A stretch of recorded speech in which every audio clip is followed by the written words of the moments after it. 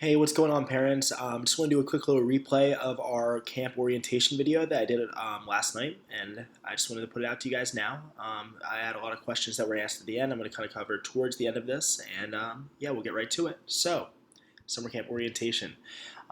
It's going to be our best and safest year yet. That's our goal. We spent a lot of time going into this. I've had multiple owners meetings, multiple times a week to get ready for this, so I'm really excited to share with you guys kind of what I put together. Now make sure, well, this is for people that were in the webinar yesterday, so don't worry about muting yourself now, but we skip over this. And again, let's just get to the main point of this. I mean, the main point of this, what you guys are probably asking additional question-wise, is safety. So I want to go over our safety protocols first, and then go into depth with them, and then show you guys the whole layout for our camp. Now, obviously, we'll be cleaning our facility daily, now multiple times daily at this point, which we were already planning on doing, and I hope you guys figured we were doing it at that point. But here's the kind of more in-depth safety protocols we've kind of put into place for this summer. So number one is we're going to be taking their temperature outside of the school before they enter the camp. Now, this is going to be done through the temperature scanner, so we're going to scan, get their temperature. If they're above 100.4, they won't be allowed into camp. All right, that'll be the first thing. We have invested in an industrial ozone generator, basically an air purifier that we're going to be putting on every single night. It runs for about 3 hours, completely purifies the air, it cleans everything out. We're going to be trying to run that. Now, one is at a minimum. If we can run it multiple times a day, it's basically going to be in there for 3 hours. It takes time to clean the air and make sure everything's healthy and clean. So we invested in that. We'll be using that every single night at a minimum. Amerikick masks will be supplied for all campers. Now, this will be for the inside. We will be doing outside activities, but due to the guidelines of CDC and everything like that, you are not required to wear a mask on the outside, but we will be supplying masks for the inside for activities. So you'll be getting that. Amerikick masks, we'll be setting them aside to campers. Now, what we'll be doing for every time they enter for camp every week, we're going to be giving them weekly spot placements. Now, this is for their stuff, whether it be their lunches, whether it be their backpacks or anything. They're all going to have their own specific place to put all of their belongings for that week. We're not going to be moving around or anything like that. They'll be all set for the same spot. Reason being, we won't be having anything mixed around, moved around. Everyone will have all of their stuff in one place. So that's something we kind of added in for this year, a little bit new. And now, this obviously, there is going to be somewhat a little bit of contact, but we are limiting the contact down in all of our activities. Now, we've kind of picked activities that have stayed away from general area contact, like sparring we won't be able to do. Certain hand-to-hand, different games we're not going to play as much, but we will be focused on more individual games. We will be doing martial arts, but they'll be done, in a good amount of distance from each other, and games that will be played, obstacle courses, stuff like that, they obviously will have somewhat contact, but we are limiting contact to a bare minimum this year. So now moving into times and availability, there are 8 possible weeks that we'll be running, starting July 6th, which is when the governor declared camps could start, so it works perfectly with us. That's when our week 1 was planned anyway. Now, there's an 8:30 to 9 a.m. drop-off. That's when you drop them off and get ready for camp. The local hours will be from 9 to 4 p.m. 4 p.m. will be the pickup. But we will also be offering extended hour options. Now, I'm limiting these just because, I do have to have a limited capacity in my school. So you're going to have to contact me directly after this little replay. So if you want to give me a call or anything like that afterwards, just let me know. And you have to RSVP your weeks at least 2 weeks before we start our summer camps. Reason being is, number one, I need to know how many I have left to sell for the next few weeks, because again, I have a limited capacity now. And we want to make sure that we have the right amount of shirts, right amount of supplies for each student. Again, some of the things that we're going to be running this year will require a certain number. We'll have to know the number in advance before the week happens. So we do want to have your weeks picked the next week or 2 weeks at the most. Now, here's our options. We have 8 options for you guys. We are thinking about doing a 9th option that would be running into the first week of September, but we will not know that until August time. So things go really well, we will have another week of camp option for you guys. It's been asked about, so it's something we're considering, but again, we won't know until August time. But these are the 8 possible options for now. Now, I do want to talk about our staff, because again, we have made upgrades in all areas this year, and one of them I'm very proud of is our staff. First things first, we have certified them in CPR, all of our main instructors. Now, some people may be asking, CPR does, require contact and everything like that. We will be doing, we learn CPR without the mouth-to-mouth resuscitations, all chest compressions and first aid basics. So, something I had questions about, but they all are certified. We went through the certification this week with a local, actually a karate student's parent actually helped us through it. So we're all certified. They are all black belts at a first degree level or higher. They are all 18 plus. For my main instructors, I will be running 3 main instructors per week, so there'll be 3 on staff each day with 2 junior helpers. These 3 main instructors will all be 18 plus, and they will all be black belts. And best part is, all my main instructors have 3+ years of prior camp experience, and they're all pre-Amerikick camp experience. Now, whether it was my camp that I've been running for the past 3 years, or the Amerikick Langhorne camp or the Amerikick Marlton camp, they all have experience in Amerikick summer camps and camp counseling in general. So it's really awesome to have these guys, because it's not only they're not just coming in as some random job. They've been doing this for a while. They have experience, and you're going to really see some professionalism this year. Some things we've done to prepare. We've done fun game brainstorming, because again, we wanted to do limited contact activities. So we've been spending every week kind of coming together and brainstorming new activities for the kids. They are all martial arts black belts, so I have them training, guys. I do have an empty school, so I've been running mini sessions of training to keep them active and fit, because again, I want them to practice what they preach. So they've been training with me.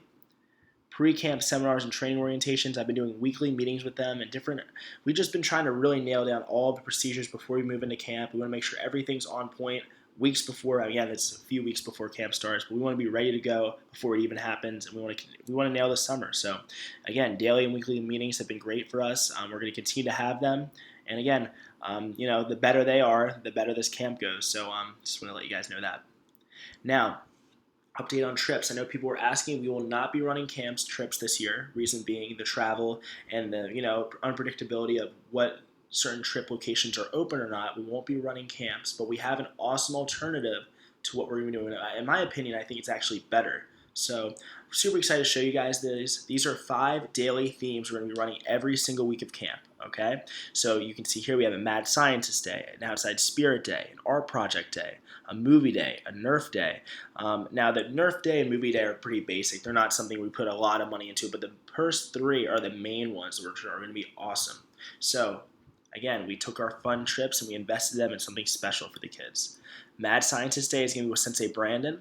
He will be doing a science project for the kids every single week, and it's going to be something that basically we're going to have supplies for the campers, and it's something that you're going to be able to take home to show, or they're going to be able to take home to show you guys. So I'm not really sure what Sensei Brandon has in store. I think he was talking about something with elephant toothpaste and stuff like that, but he has some really cool ideas for you guys, and it's going to be a really cool weekly thing we're going to do with the kids as a special event. The next thing is we have an art day. We've teamed up a local art teacher. Her name's, I believe, Jill Corrine, if you guys know who that is. But she's a local art teacher. She's going to be doing a weekly art project for the kids. Supplies will be available for the campers. So it's pretty awesome. And it's a really, really cool thing we're going to be doing. And again, it's going to be a cool project they can take home for you guys at the end. It's an individual activity. There won't be any contact during the art activity. So it's something that is going to kind of go hand in hand with that social distancing and keep everyone safe. Now, my favorite thing is the Spirit Day. So back when I was a kid in elementary school and high school, I had this thing called Spirit Day where I went outside one day a year. It was at the end of the school year, and we did a bunch of cool events, relay races, tag, water gun, everything. So what I'm doing is we're going to have our own little Spirit Day in the backyard of our school. So what I did was I rented a 50 or 60 foot American Ninja Warrior obstacle blow-up course. So we're going to be renting it out every week.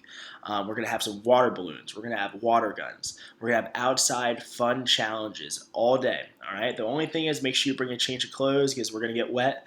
It's going to be pretty cool. Again, we're setting this all up one day of the week. Now, this part is we're scheduling it by the week. So depending, Spirit Day will depend on the weather. So I would like to have Spirit Day every Friday. Hopefully, if everything lines up, we can. But depending on weather, I will let everyone know what we're going to be doing with what day the week going into camp. Just because, again, Spirit Day will depend on the weather. And I believe all the other days will be pretty easy to have consistently. Now, I also wanted to give you guys a rough draft of the itinerary of camps. So this is kind of how we're going to run the day-to-day operations. Obviously, there'll be some variations. Last year, we had a lot of variations. This year, we really wanted to nail down what hour was for what and really write out everything for you guys. Because again, we want you guys as much in the loop as our instructors are in the moment of camp. So camp itinerary. Obviously, the drop-off will be done in the beginning of the day, 8:30 to 9. We're going to go right into a daily karate training workout. So they're only going to really put in that hard training and focus in the first hour. And the reason why is we want to get them motivated. We want their brains on point to listening and feeling good. And for my prior experience, just I guess it's a little biased because working out and training has been my life, but you get your body right, you get your mind right. So the beginning of the day, the first hour is going to be their karate training, their workout, and that's going to lead them right into their special daily event, whether it's the Mad Scientist Day, the Movie Day, the Spirit Day. That's going to be the 2-hour event right before lunch. We're going to run lunch for an hour, go right into our challenging games. Now, whether that's American Ninja Warrior, dodgeball, it can be any kind of special game we've kind of put up for challenges. So we have a good list of those that we've set up. We have an obstacle course thing. We have dodgeball. We have a couple other variations of games. Night Up at the Museum is a good one we played last year. I don't know if you guys know about Night Up at the Museum, but a lot of kids know about it. They love it. So 2 to 3, we're going to be special sport martial arts training. So anybody that's an advanced belt knows what I mean. We're going to do weapons training, jump kick training. If you've ever seen some of our senseis flip around, that's kind of what we're going to be working on, all the advanced fun karate stuff, not just our basics. So it's going to be really cool for our advanced belts because they're going to take their training to another level. And for some of the new guys, you're going to be learning how to do basic Power Ranger flips and kicks and stuff like that. So it's going to be really cool performance stuff we'll be learning that hour.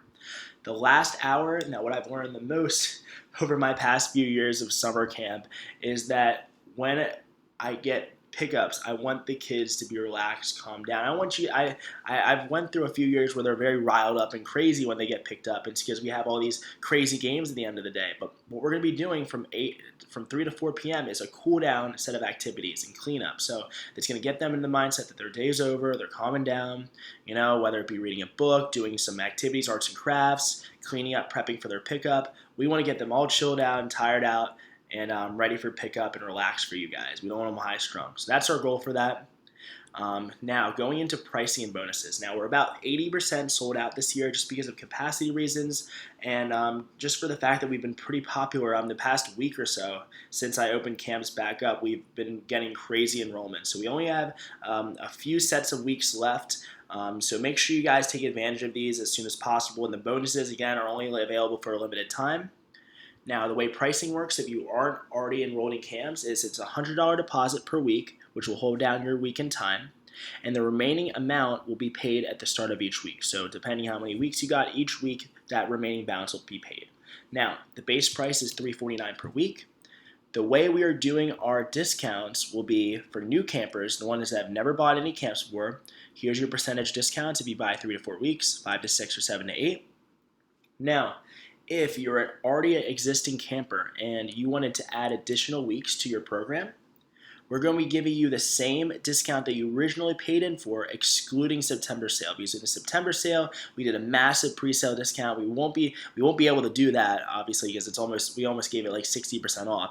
But we will be able to honor other discount prices from the holiday sale and on. So please let us know if you want to add any more weeks.